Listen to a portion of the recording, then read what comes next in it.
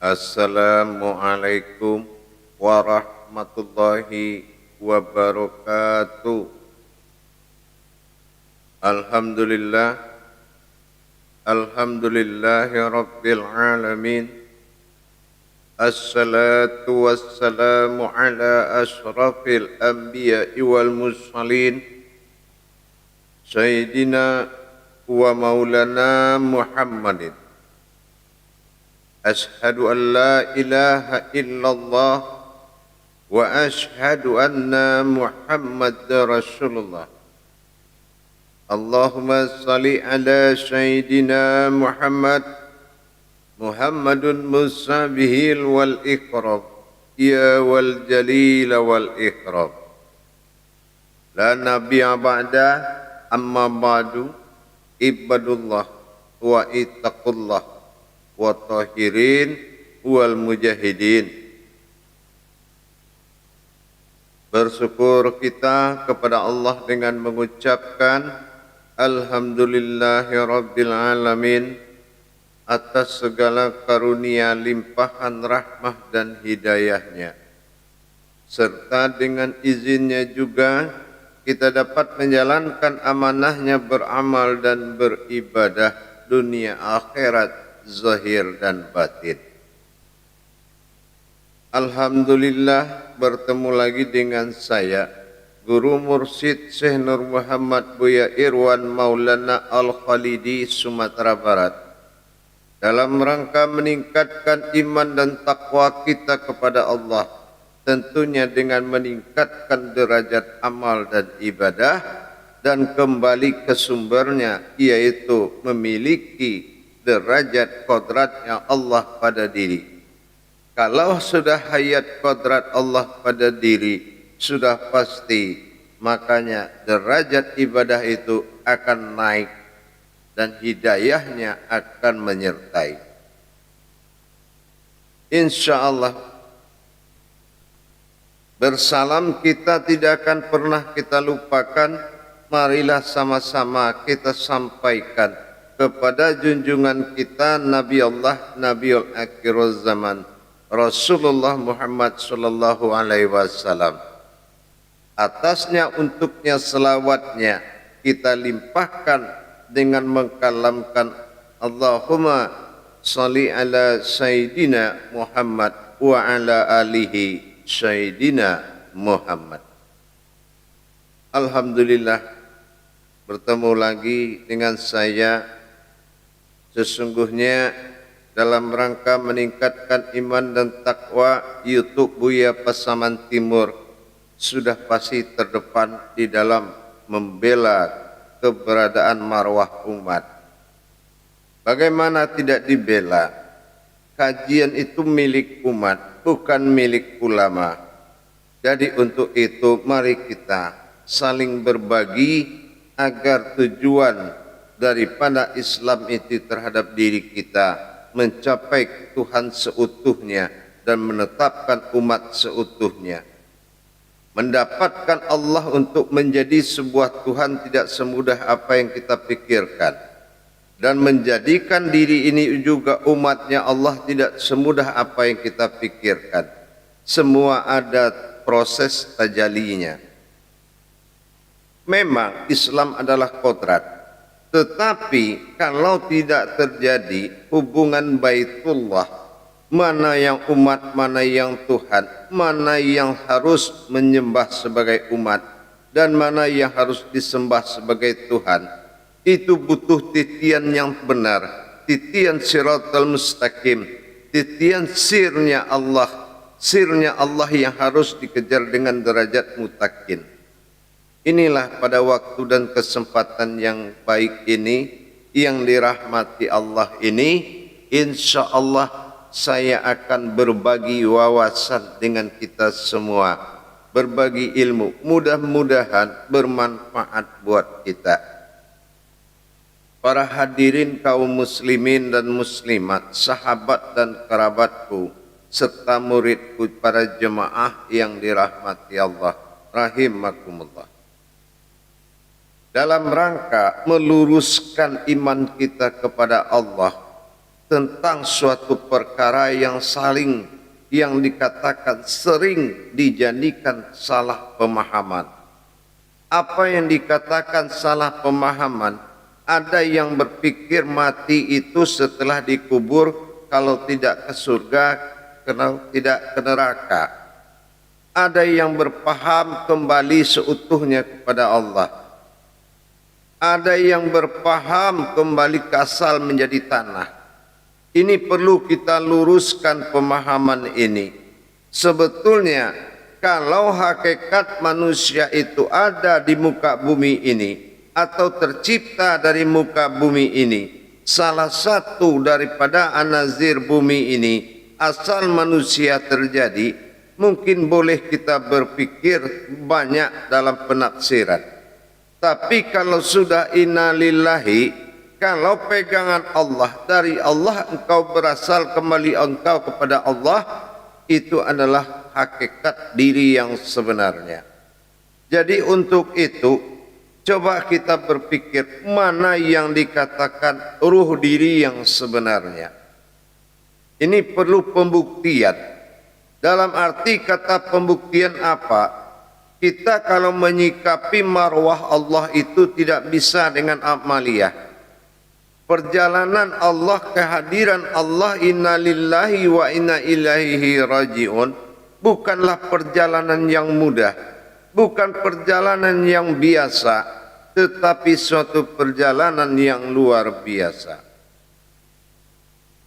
Tahukah kita bagaimana proses turunnya ruh dalam janin itu?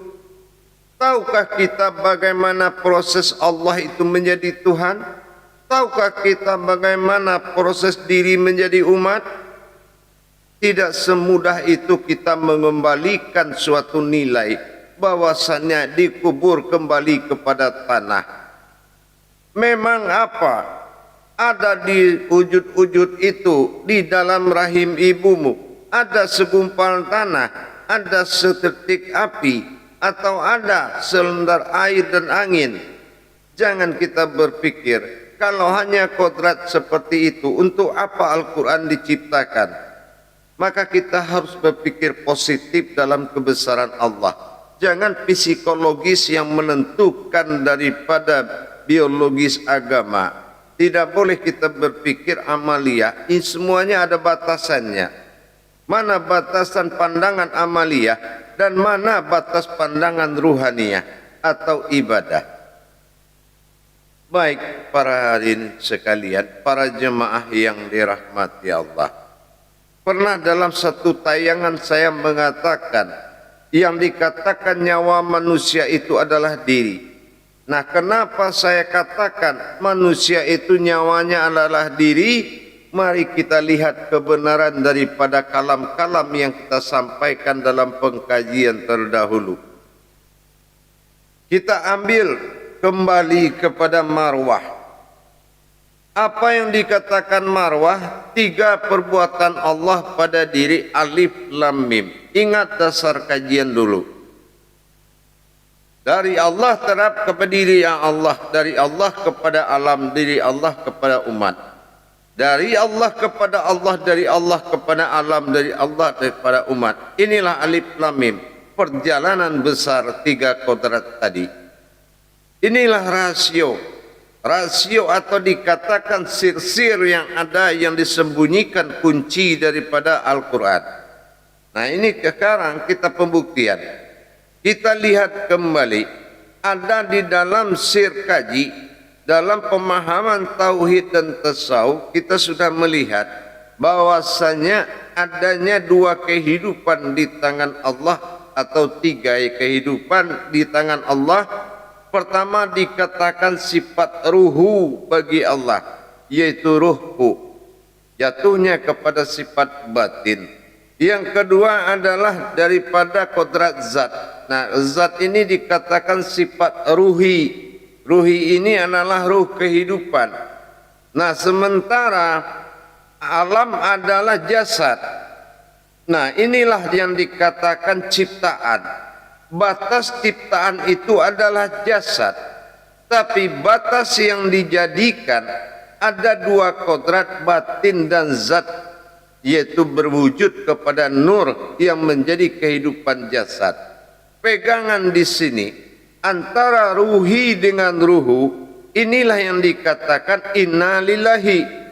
Mana ruhu bagi diri, mana ruh batin, mana yang dikatakan ruhku kata Allah, mana yang dikatakan ruh yang kuciptakan. Nah, ini beda antara ruhi dengan ruhu.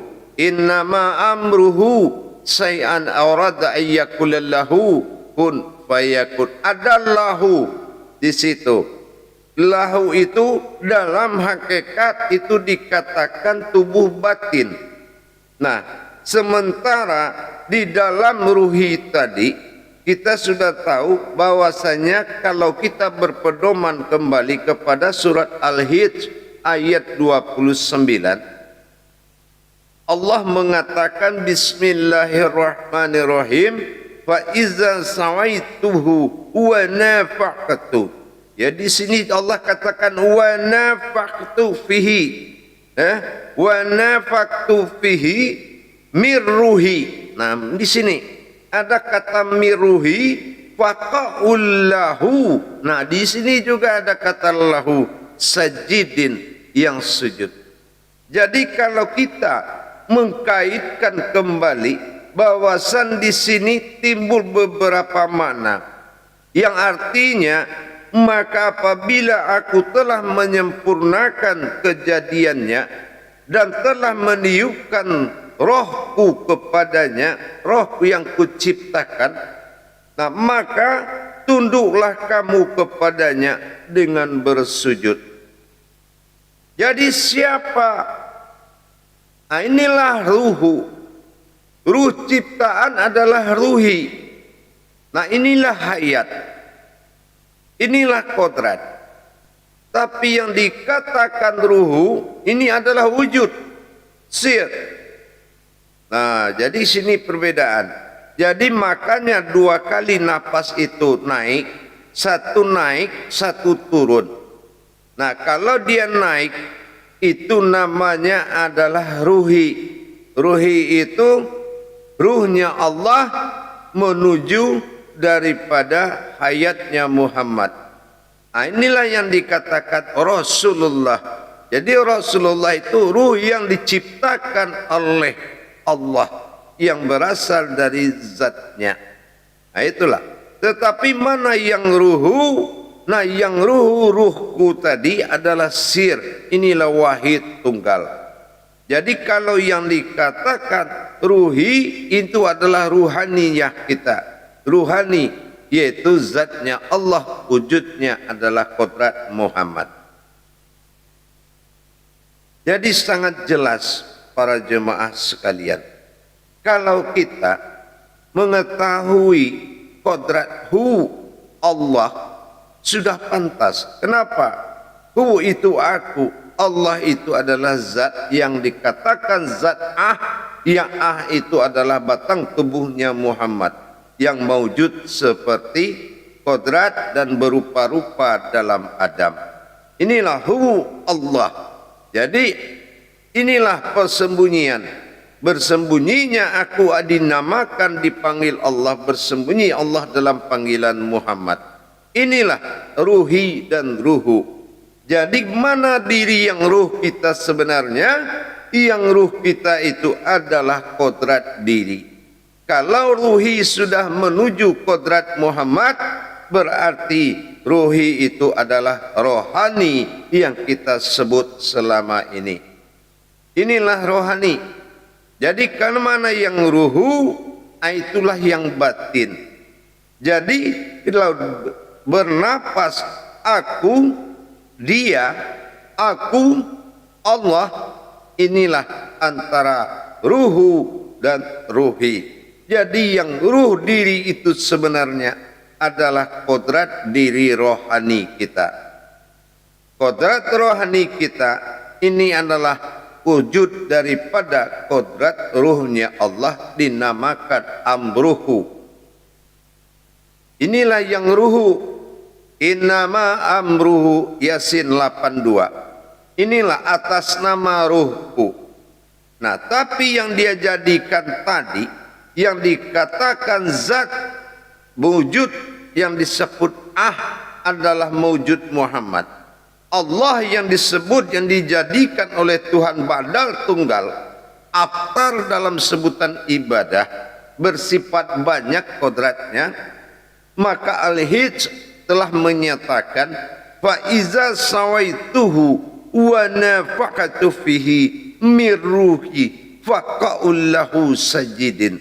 Jadi kalau sudah tahu yang sujud itu adalah di sini lahu, diriku, waruhi, yang masuk kepada wujudnya ruh Muhammad, berwujud Muhammad. Nah, inilah ruhu waruhi. Jadi kalau di sini kita tahu bahwasanya kodrat daripada ruhu itu adalah asal usul daripada ruhi. Inilah zat. Ruhi itu zat yang menjadi rohani bagi diri. Inilah yang dikatakan asal usul rohani. Jadi yang nyawa, yang ruh kita itu adalah rohani kita sendiri, bukan napas. Kalau napas itu adalah ibadah, itu adalah batin. Napas, tanapas, ampas, nupus, itu batin, bukan ruh. Nah, ini jangan salah paham. Itu batin. Napas, tanapas, ampas, nupus, itu batin. Tapi yang ruhi, ruhku, ruh dia, aku, dia adalah ruhku. Nah, ini jadi yang dikatakan diri itu adalah ruhnya kita, ruh yang jadi, ruh yang dijadikan.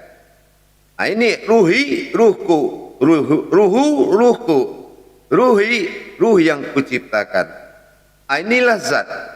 Zat ini yang menjadi rohani. Nah, ini yang diciptakan. Nah, inilah sir yang ada di dalam zat itu sendiri. Jadi inilah yang disembunyikan oleh zat, yaitu ruhu.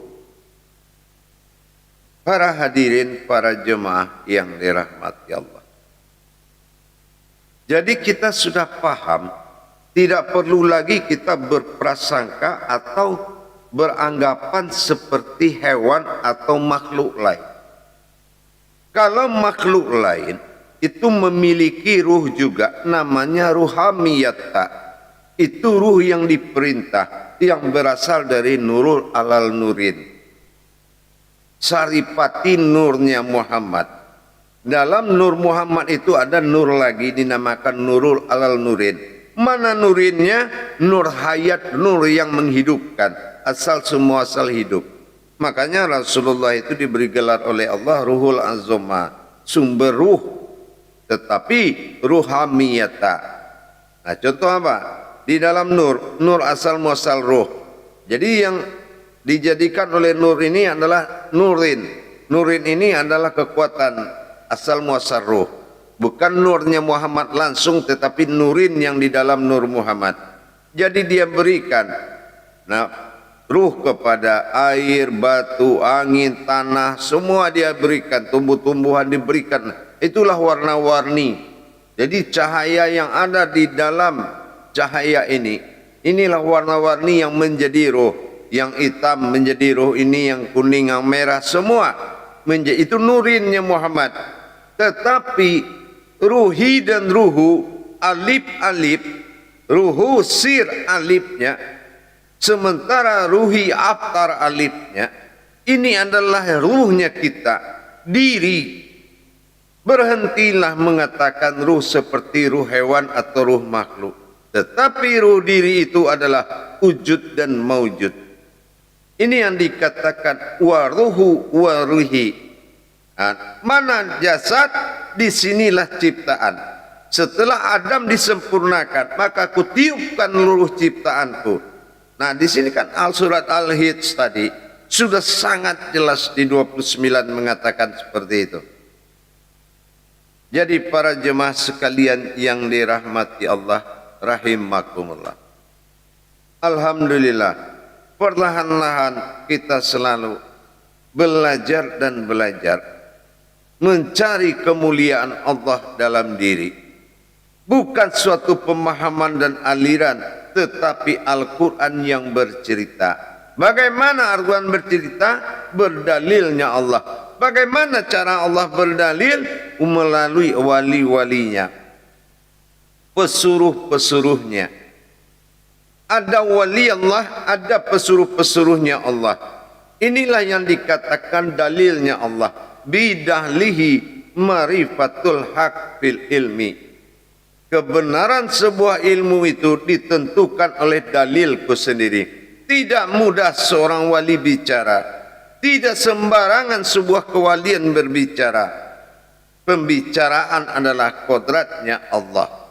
Insya Allah, dengan kita sudah memahami, meningkatkan pengetahuan kita. Kalau mengenai ruh ini sudah selesai dalam pemahaman. Jadi kalau sudah selesai dalam kitab wujud dan semua sudah terbukti, waruhu waruhi, ruhu 82 yasinnya, al-hid 29 ada ciptaan ruhi, maka hi sifat kehidupan Muhammad, hu sifat keakuan bagi Allah.